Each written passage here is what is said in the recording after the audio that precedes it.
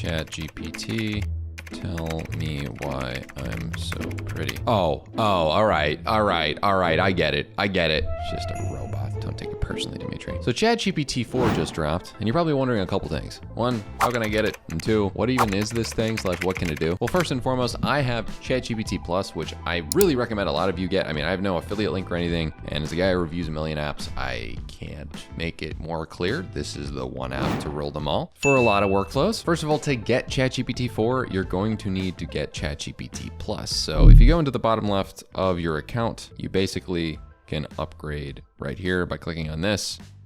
It is my current plan, so I don't need to do much else. And that's how I have the priority access to new features right now. And this will eventually drop for the general public, but the differences that I'm noticing in this application is pretty outstanding. So it is going to be a huge difference from ChatGPT 3 because when you look at the default model, we have ChatGPT 3.5, which also has Turbo at the end of it.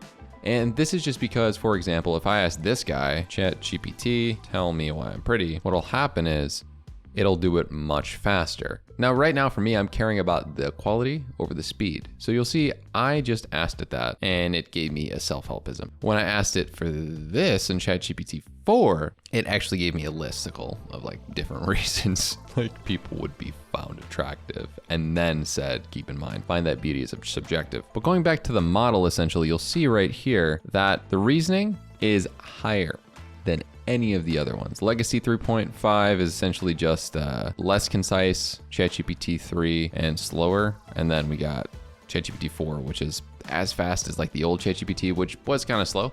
And then it's just way better reasoning wise. And I'm sure this is a moving scale, right? When ChatGPT 5 comes out, the reasoning will be lower on this like arbitrary number here.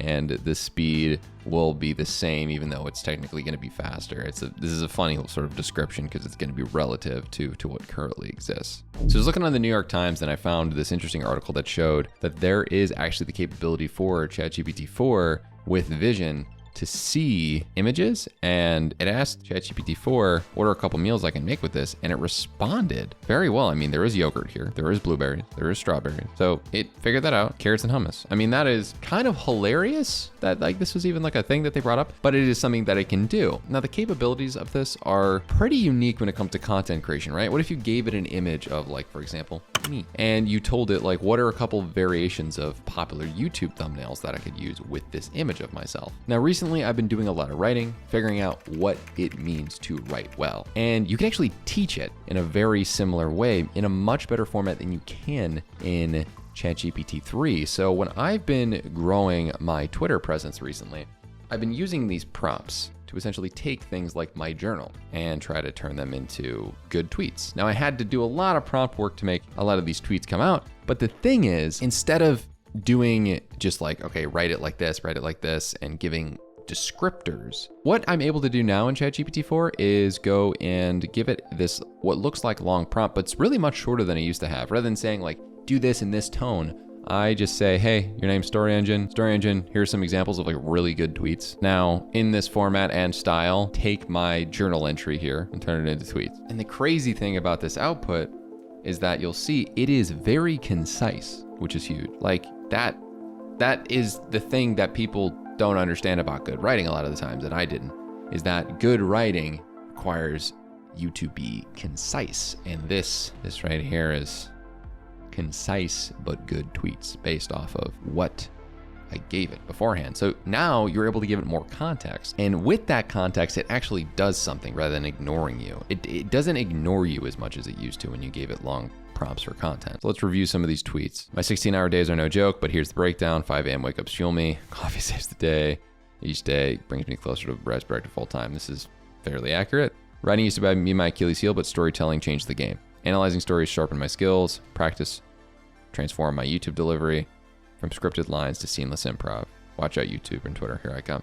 This could be good. I'll tweak it a little bit, but it's got it in the style, and it's helping me understand how I can go from journal to tweet without having to like just only use my brain power. And that's the whole purpose of this. You can have a virtual assistant do something like this and it would save so many hours, and then you refine it yourself. So this is the kind of stuff that you need to work with. It's like, it's a smart person who's just a little off in what it can do. And your job is just to refine it with that extra layer of human interaction. Now, I want to explain one last thing that Chat GPT 4 is in a weird situation with now.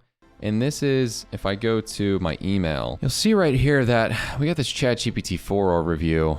And with the API, what's happening is there actually is going to be a huge update that people don't seem to be aware of. Chat GPT 4 is going to have an 8K token window.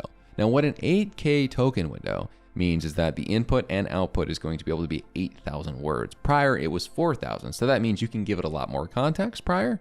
And that also means it can spit out a lot more information. Now, then apparently there's going to be Chat GPT 4 32K, which is the same model, but able to spit out 32,000 tokens or take in 32,000 tokens in total. So if you gave it 5,000 words, it can then spit out 27,000 words. It's insane. I don't know what else to say. You can give it a ridiculous amount of context like I did with those tweets. And then the next thing you know, you have an extremely well-written essay because it just takes the styling from somebody who's a good writer. This is the kind of things that we can do that people aren't considering with ChatGPT. They're just saying, oh, well, it can't take over what humans are doing. I'm like, well, if it gets smart enough to, in real time, when you give it context on what something good is, then spit something back out based on the information you give it, something good in that same format, then isn't it in theory very similar to the quality of human writing, especially with a 32,000 context window? Because if you prompt the heck out of that thing with a very long sample of information and then you give it a similar size of information, it's amazing.